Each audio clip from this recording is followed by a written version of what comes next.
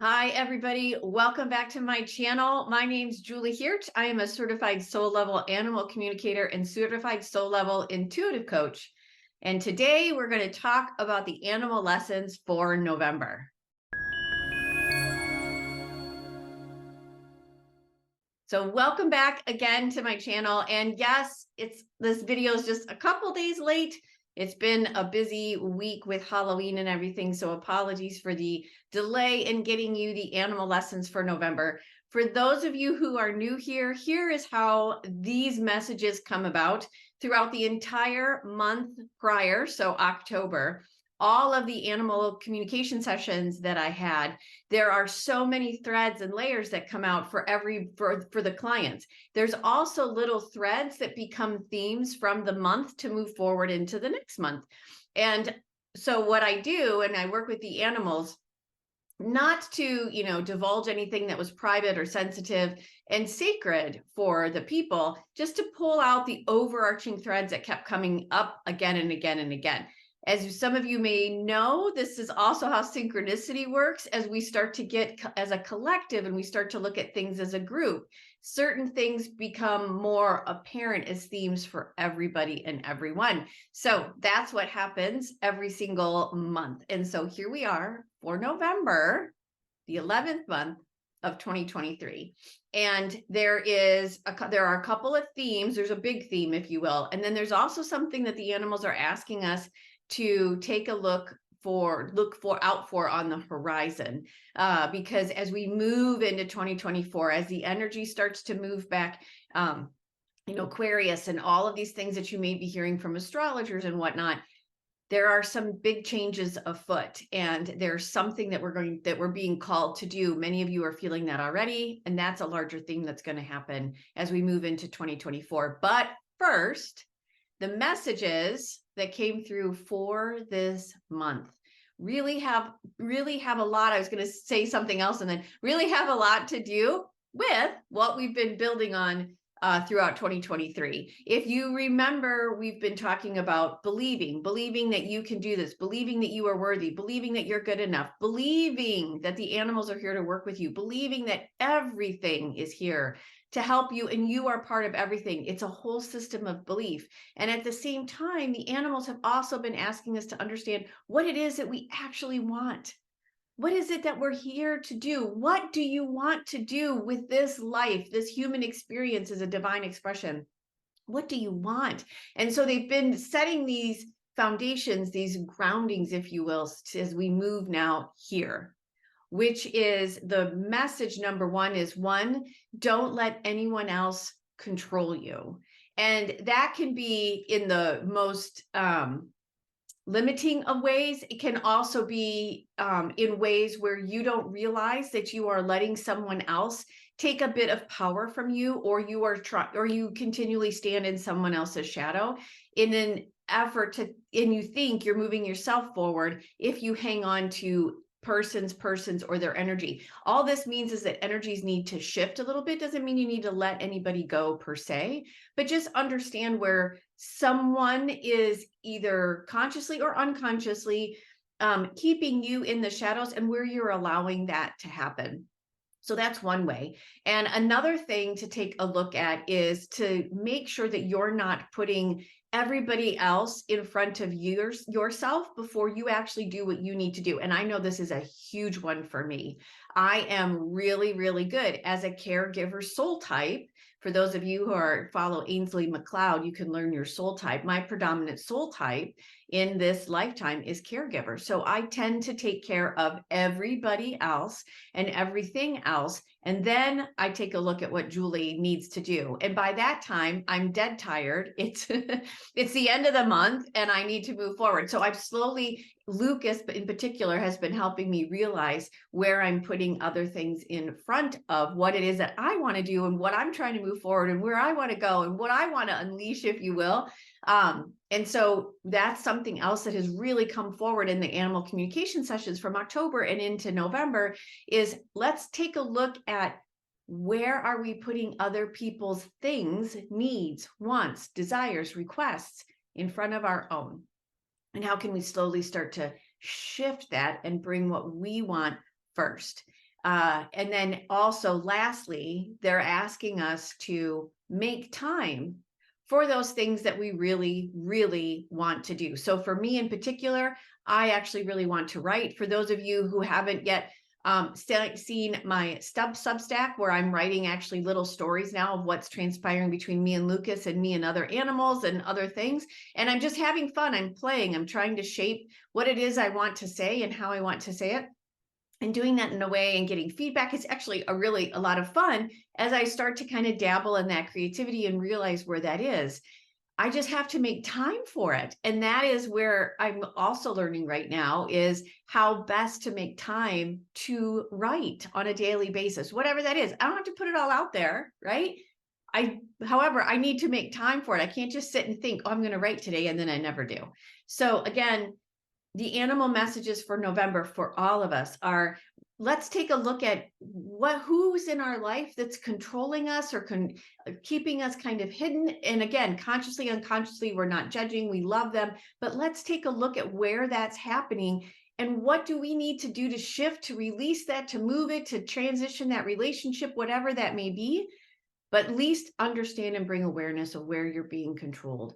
And second, let's take a look at, where are we not putting ourselves first? What are we putting in front of ourselves? What can we let go of that no longer serves us? What actions, behaviors, activities no longer serve us? Where do we actually really not want to be? Take a look at that and see where we can actually shift and move ourselves in front of that.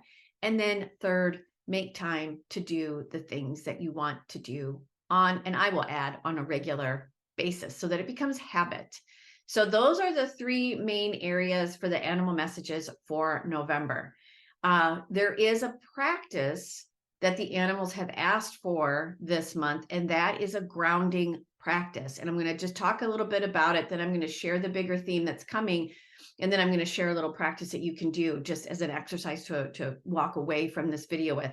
So the animals are really trying to get us to ground, and they want us to ground ourselves in an effort to trust them, trust ourselves, trust that things are happening for our greatest and highest good. Trust. And I know this is a big one for me as well. Trust. For any of you, again, who have been following along with me and Lucas, he has been working all about trust with me. Not that he and I don't trust each other. However, there's still elements for me of trusting, even trusting the leg that he broke, trusting that I can drop the leash if I need to. He's not going to go far. Trust other people. Trust is a big one, right? And we're actually taught in this society not to trust. So how can we unravel that and move forward in a place of trust, in an area of trust? So grounding to help us trust, and trust and grounding as well to help us grow and expand. In that trust, we're able to grow and expand. In that work with the animals, we're able to grow and expand. When we're grounded, we can grow and expand because we're connected to love, the divine, pure force, pure love, all of that grounding. And so we're going to take a look at that in just a little bit. And also the last thing about grounding is that it really opens up your intuition and your connectivity to the greater and higher good. So grounding is super important, and the animals have asked time and again to help us ground. So we're going to come back to that in just a second, because I want to share with you this theme that's on the horizon that they want you to just be aware of, like in the back of your brain, just be aware of. And it's this: your difference is actually your superpower.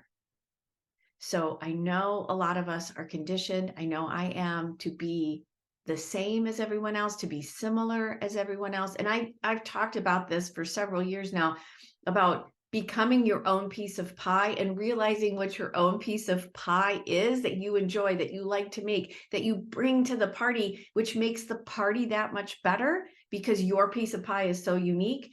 We are not conditioned in this current era to celebrate our difference, to understand what our difference is, our nuance, our niche, if you will, and move forward with that. And I'm even learning that too about myself. And Lucas is really helping me, as well as my animals and spirit. What is it about me and my differences, my foibles even, that's actually not weak? None of them are weaknesses. They're actually superpowers. And how can I use that to share more about what's going on with animal communication, share more about what's going on with messages, share more. So know that that is a theme as we move into 2024 is let's understand our differences. Let's understand what makes us different and let's celebrate it and let's share it and let's embrace everybody else's differences as well. Similarity, not going to get us through what we need to get through. Differences are. So let's understand that. So again, just put that in the back of your mind for right now and know that that's something we're going to come back to. Again, we're right now focusing for the month of November just to see what we're putting in front of ourselves, who is actually in front of ourselves and maybe controlling us, and where do we need to give ourselves some time to be able to do the things that we want to do. So to do that, we're going to do a little bit of a grounding practice for the month of November. And this is something you can do every day when you wake up. You can do it anytime that you feel stressed. You can do it before you go to bed. You can do it many, many times during the day. And what I want to do, and I'm kind of readjusting myself, but Lucas is at my feet and I don't want to kick him. You're going to want to make sure that both of your feet, well, first of all, your legs are uncrossed, your arms are uncrossed, nothing's crossed, and your feet are flat on the floor.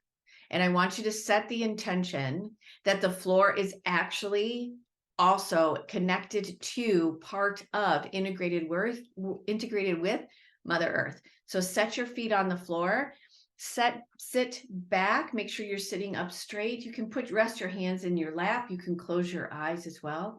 And I want you to take a really good, deep, I call them belly breath, where you breathe all the way into your belly and your belly even expands. And you can release that through your nose. I personally like to release it through my mouth just to kind of allow all of that to flow out, everything I need to start to shed to flow out. And I do it again. And I take that really deep belly breath and I let it go out of my mouth. And as I take in this next belly breath, I really picture my feet, the soles of my feet planted on the floor, the soles of my feet feeling what's right underneath them. And really, it's almost as if heat and or roots begin to grow out of my feet. And I can feel the connection to Mother Earth as well as coming up my legs. And I just feel really grounded. Now, as this all transpires and you have this imagery in your head and you're taking these deep breaths, if your animal, whether alive or in spirit, wants to come near you and you want to put out a right hand or a left hand and just even feel them, touch them if they come towards you, just realize that they're here to help you as well. And just take that really deep breath and just really ground yourself. And even as you do this for the 4th or 5th or even the 6th time, you can feel your sitting bones also just spring roots, if you will, into all of that. And just allow that groundingness to quiet yourself and also stabilize yourself. And feel how strong you are. And see what comes forward for you as to what you would like to do today for yourself. As I say that, Lucas puts his paw over my foot, and I know we both want to get outside as soon as we possibly can and be outside in nature. So that's one thing that we can do today. So you can try this practice again multiple times a day. You can do it with your animal, without your animal. You can do it, but know that this is with you, for you, about you. And it is, again, to understand where you're not putting yourself, why you're not putting yourself first, how you're not putting yourself first, and how you can make time to put yourself first. I hope these messages from the animals and this little practice, mini practice, is something that takes you through November. I would certainly love to hear about how everything is moving forward for you. And yes, things do move one step at a time. So please feel free to share like, subscribe, all the good things here on YouTube. There's also a link to my Substack if you want to see how things are progressing throughout the month as well with me and Lucas. Feel free to subscribe there. You can receive a copy of my free ebook, to trust a guide to trust the animals, seeing yourself as the animals see you.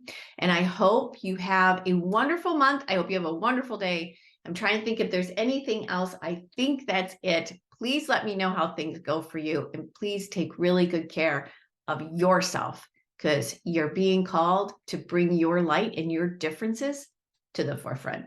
And we'll see you next month. Thank you so much for being here.